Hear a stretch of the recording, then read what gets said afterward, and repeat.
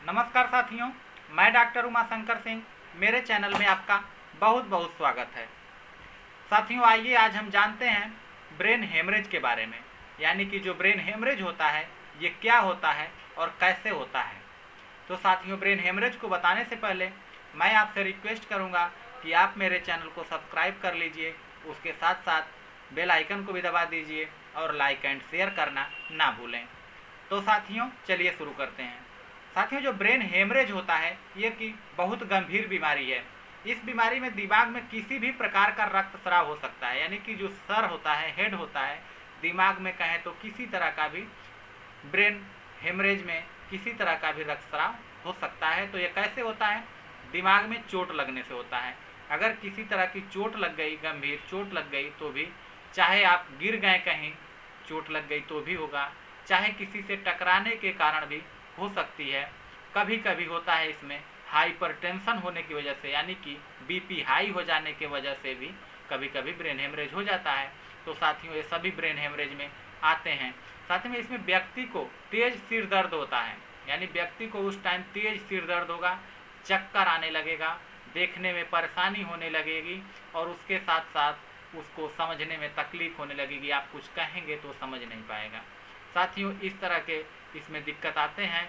कभी कभी देखा गया है कि जैसे कि टाइफाइड, हैजा, इस तरह की बीमारियां अगर लंबी, गंभीर और लंबी दिनों तक बनी रहती हैं और ज़्यादा रहती हैं तो भी कभी कभी ब्रेन हेमरेज इसके कारण भी हो जाता है।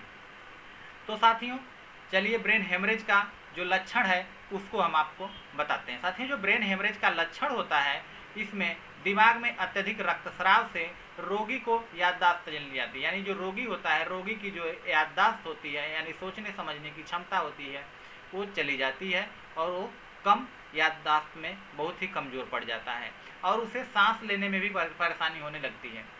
उसके साथ साथ कहते हैं कि कभी कभी आँखों की पलकें जो होती हैं एक जगह फिक्स हो जाती हैं, यानी कि आँखों की पलकें जो ऐसे झपकना होता है साथियों, ऐसे झपकती हैं, ये झपक नहीं पाती हैं, एक जगह खुली की खुली रह जाती हैं या फिर बंद की बंद ही रह जाती हैं।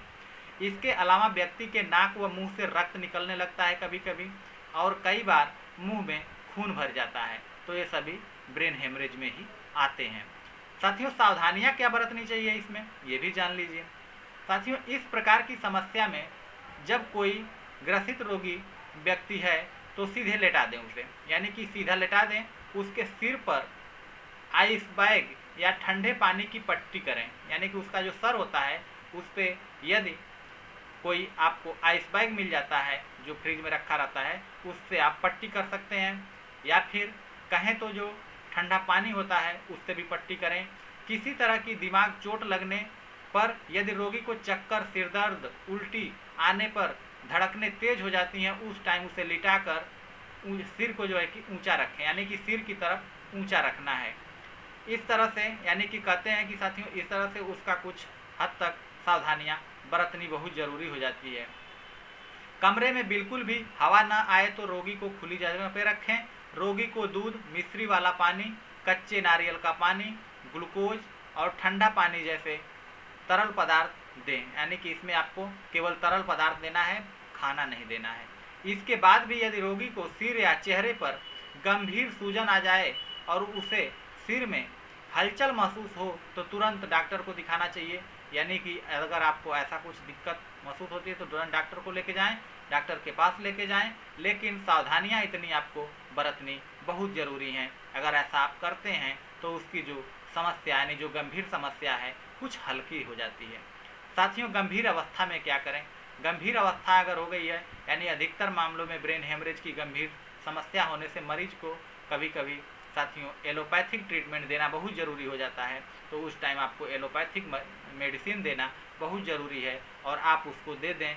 फिर उसके बाद जैसे कुछ हद तक जब वो ठीक हो तो उसके बाद आप होम्योपैथिक फिर ले सकते हैं। लेकिन अगर हल्की दिक्कत है तो आप उसको होम्योपैथिक इलाज ही अपनाएं, जिससे कि उसके लिए बहुत काफ़ी फ़ायदेमंद होगा। साथियों, इसके लिए मैं आपको अब ट्रीटमेंट बताऊंगा कि होम्योपैथी में इसका ट्रीटमेंट क्या है जो ब्रेन हेमरेज हो जाता है। साथियों, ब्रेन हेमरेज में हो जाने से, यानी ब्रेन हेमरेज हो जाने से जब उसको चक्कर आने लगे, सर दर्द होने लगे, उल्टी होने लगे और उस मरीज को कुछ समझ ना आए, याददाश्त चली जा रही है, भूल रहा है, तो समझिए ब्रेन हेमरेज है। तो उस टाइम आपको जो मैंने आपको एहतियात बताया, यानी कि घरेलू उपाय कर सकते हैं या फिर सावधानियां जो मैंने बताया, वो तो आपको करना ही करना है। उसके साथ साथ आपको होम्योपैथिक एक मेडिसिन आती है जिसका नाम है अर्निका। साथियों, अर्निका मदर टिंचर यानी अर्निका क्यूब फार्म में आती है, अर्निका मोंटाना क्यूब फार्म में आती है साथियों। और इसको आप लेके आएंगे और इसका लोशन बनाएंगे, पानी में आप डाल देंगे। डालने के बाद जो आप कपड़ा उसमें भिगो रहे हैं, उस कपड़े से भिगो के उसको पट्टी करना है। उससे काफ़ी फ़ायदा मिलता है, यानी बहुत ही अच्छा रिस्पांस आता है। उसको आपको इंटरनली भी यूज कर सकते हैं साथियों। पेशेंट को इंटरनली यानी पानी में मिला के थोड़ा सा पानी में दे सकते हैं, या फिर यदि मदर टिंचर देने में दिक्कत हो रही है तो आप उसको इंटरनली यूज करने के लिए 30 CH में 2 बूंद सुबह, 2 बूंद दोपहर और 2 बूंद शाम को, तीनों टाइम दिया जा सकता है। लेकिन मैं आपको बता दूं साथियों, यदि तुरंत अभी ऐसा हुआ है तो आप उसको आधे घंटे या फिर 1 घंटे पे अर्निका 30 CH में रिपीट करते जाइए, यानी कि उसको दीजिए। काफ़ी अच्छा रिस्पांस आएगा और उसको काफ़ी आराम मिलेगा। और उसके साथ साथ ये तो देना ही है, पट्टी करना है और देना है। उसके साथ साथ मैं बता दूं, रक्तस्राव को रोकने के लिए साथियों, रक्तस्राव हो जाता है जो सर में, तो उसको रोकने के लिए आपको मिलीफोलियम देना है। मिलीफोलियम और फेरमफास साथियों, मिलीफोलियम और फेरमफास बायोकेमिक आती है। यदि ये मिल जाती है तो बहुत ही अच्छा है, अगर नहीं मिलती है तो मिलीफोलियम का मदर टिंचर और फेरमफास तो अक्सर मिल ही जाती है, लेकिन मिलीफोलियम मुश्किल होता है। तो मिलीफोलियम ब्लड को रोकने के लिए बहुत अच्छी मानी जाती है। तो मिलीफोलियम और हेमामिलिस साथियों, हेमामिलिस का मदर टिंचर, दोनों को आपको इंटरनली यूज कराना है, जिससे कि उसका कुछ देर में रक्तस्राव रुक जाएगा और उसको काफ़ी आराम मिलेगा साथियों। इस टाइम मैं आपको बता दूं, उस टाइम यानी जब उसको दिक्कत हो रही हो, उस टाइम आपको कुछ दवाएं और आती हैं जो कि बहुत अच्छा काम करती हैं। उसका नाम लेना चाहूँगा। सबसे पहली दवा है हाइपेरिकम। साथियों, जो हाइपेरिकम होती है ये नर्व इंजरी के लिए बहुत अच्छा काम करती है। चूँकि अगर ब्रेन हेमरेज है तो नर्व इंजरी जाहिर सी बात है कि होनी ही होनी है, तो इसलिए आपको हाइपेरिकम यूज करना है। अगर उसका चेहरा लाल तमतमाया हुआ एकदम गर्म हार्ट है तो आपको बेलाडोना देना है साथियों। बेलाडोना उस टाइम बहुत अच्छा काम करेगी। फेरमफास साथियों, फेरमफास ब्लीडिंग को रोकने के लिए आपको देना है।